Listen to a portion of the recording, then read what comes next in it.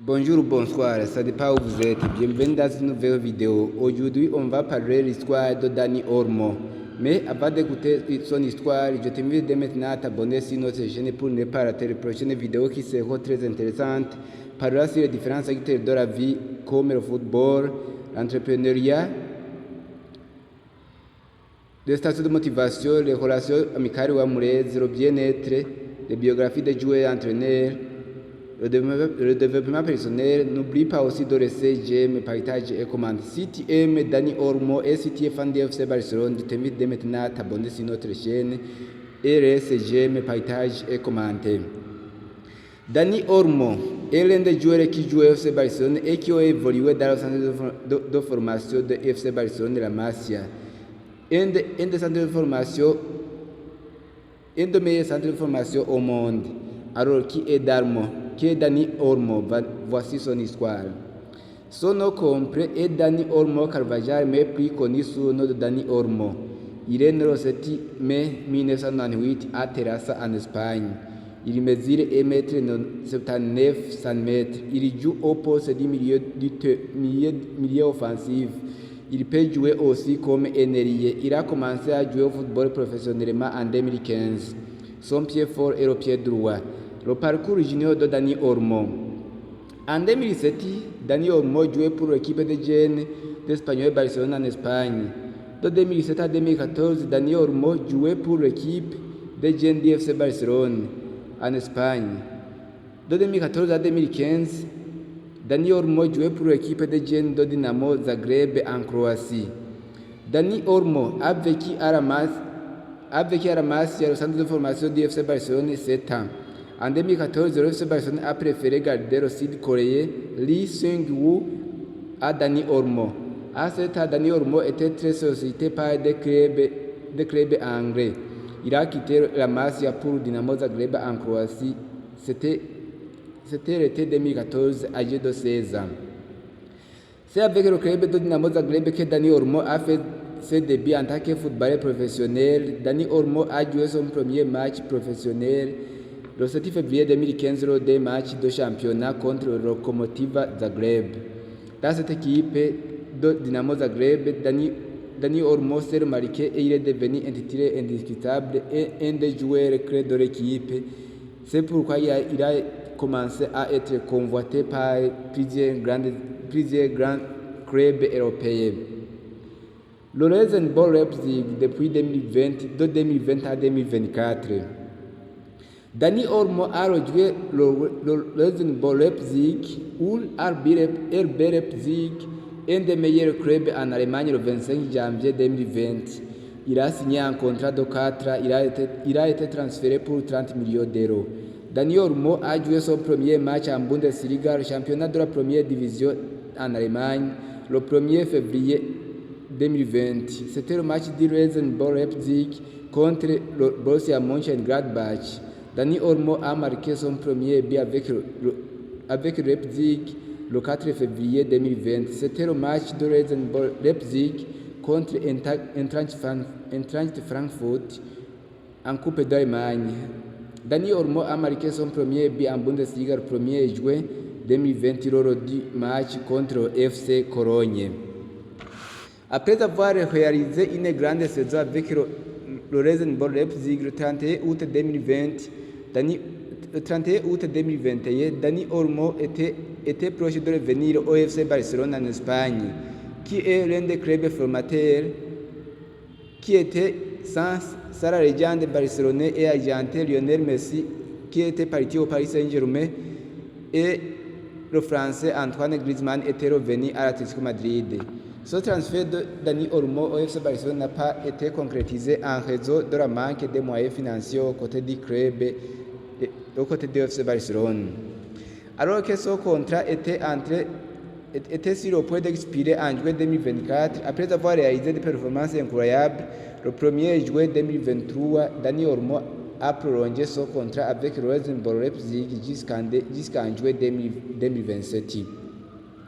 En 2024, Dani Olmo a été très courtisé par les différents grands clubs européens, dont Manchester City, l'un des meilleurs clubs, des meilleures équipes en Angleterre, le FC Barcelone, une des meilleures équipes en Espagne, et le Bayern Munich, un des meilleurs clubs en Allemagne et d'autres clubs.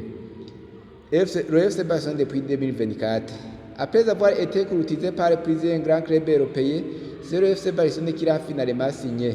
Dani Olmo était de retour au FC Barcelone où il a vécu 7 ans quand il était jeune. Son transfert a été effectué en août 2024. Il a signé un contrat de 6 ans, c'est-à-dire jusqu'en juillet 2030. L'indemnité de ce transfert était de 60 millions d'euros. Cependant, il n'a pas pu être officiellement un membre de l'équipe du FC Barcelone directement. Le FC Barcelone était en effet soumis à une limitation de la masse salariale, ce qui l'a obligé de libérer plusieurs joueurs pour pouvoir intégrer Dani Olmo dans l'effectif Blaugrana. C'est dans ce contexte que plusieurs joueurs de l'expérimenté allemand Ilkay Gundogan ont dû quitter le FC Barcelone, mais cela n'a pas suffi. En raison de la longue blessure du Danois Andrea Christensen a permis au FC Barcelone d'ajouter Dani Olmo. Dani Olmo a joué son premier match au FC Barcelone le 27 août 2024 dans le match du FC Barcelone contre le Rayo Vallecano à Liga. À ce jour, il a aussi marqué son premier but.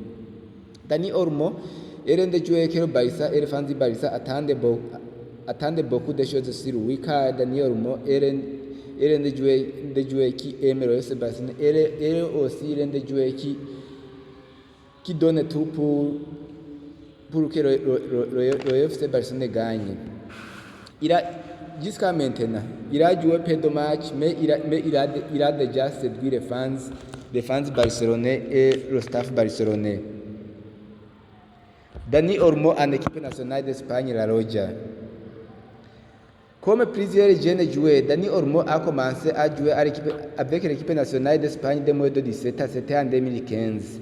Le 30 juillet 2019, Dani Olmo a aidé l'équipe d'Espagne à remporter le championnat d'Europe des espoirs. Le 10 septembre 2019, Dani Olmo a réalisé une performance incroyable contre la Bulgarie et il a inscrit un doublé. Quand il jouait en Croatie, en équipe de Dinamo Zagreb, déjà du football croate, lui ont sollicité pour le naturaliser et lui intégrer dans la sélection, mais il a refusé. Dani Olmo a été convoqué pour la première fois en équipe nationale d'Espagne la Roja le 8 novembre 2019 à 21 ans et 6 mois.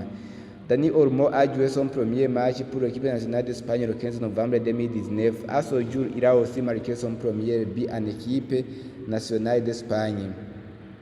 Dans l'Euro 2020 qui s'est joué dans le mois de juin et de juillet 2021, parce qu'en 2020, vous vous souvenez qu'il y avait Covid-19 ou coronavirus qui a pu suspendre plusieurs compétitions ont dû suspendre. Dani Olmo a été convoqué à l'équipe nationale d'Espagne et il a été un des joueurs clés de cette équipe pendant l'Euro 2020 qui s'est joué dans le mois de juillet et juillet 2021. Le 11 novembre 2022, Dani Olmo a été convoqué en équipe nationale d'Espagne la Roja pour participer à la Coupe du Monde 2022 qui s'est déroulée au Qatar. Dani Olmo était l'un des joueurs qui ont joué plus de matchs dans cette Coupe du Monde, même si l'équipe d'Espagne a été éliminée en huitième de finale par le Maroc. En mai 2024, Dani Olmo a été appelé en équipe nationale d'Espagne. Le 7 juillet 2024 pour participer à l'Euro 2024 qui s'est déroulé en Allemagne. C'est la première compétition internationale que Dani Olmo s'est remarqué et a réalisé une performance incroyable dans cet Euro. Et il a été un des joueurs clés de l'équipe nationale d'Espagne. Chaque match qu'il a joué s'est fait remarquer. Il a aidé l'équipe nationale d'Espagne de remporter ce tournoi. En demi-finale, Olmo a inscrit le but victorieux de l'équipe d'Espagne. Après avoir réalisé une performance incroyable pendant cet Euro 2024, il a été le meilleur buteur de la compétition de l'Euro et il a attiré plusieurs grands clubs qui ont voulu le signer après avoir vu les performances de Dani Olmo à l'Euro 2024. Dani Olmo est l'un des joueurs rapides qui peut changer le jeu n'importe quel moment. En tant que fan du FC Barcelone, quel match de Dani Olmo qui t'a vraiment impressionné? Dites-nous dans les commentaires. Je t'invite dès maintenant à t'abonner. Reste j'aime, partage, commenter. Merci.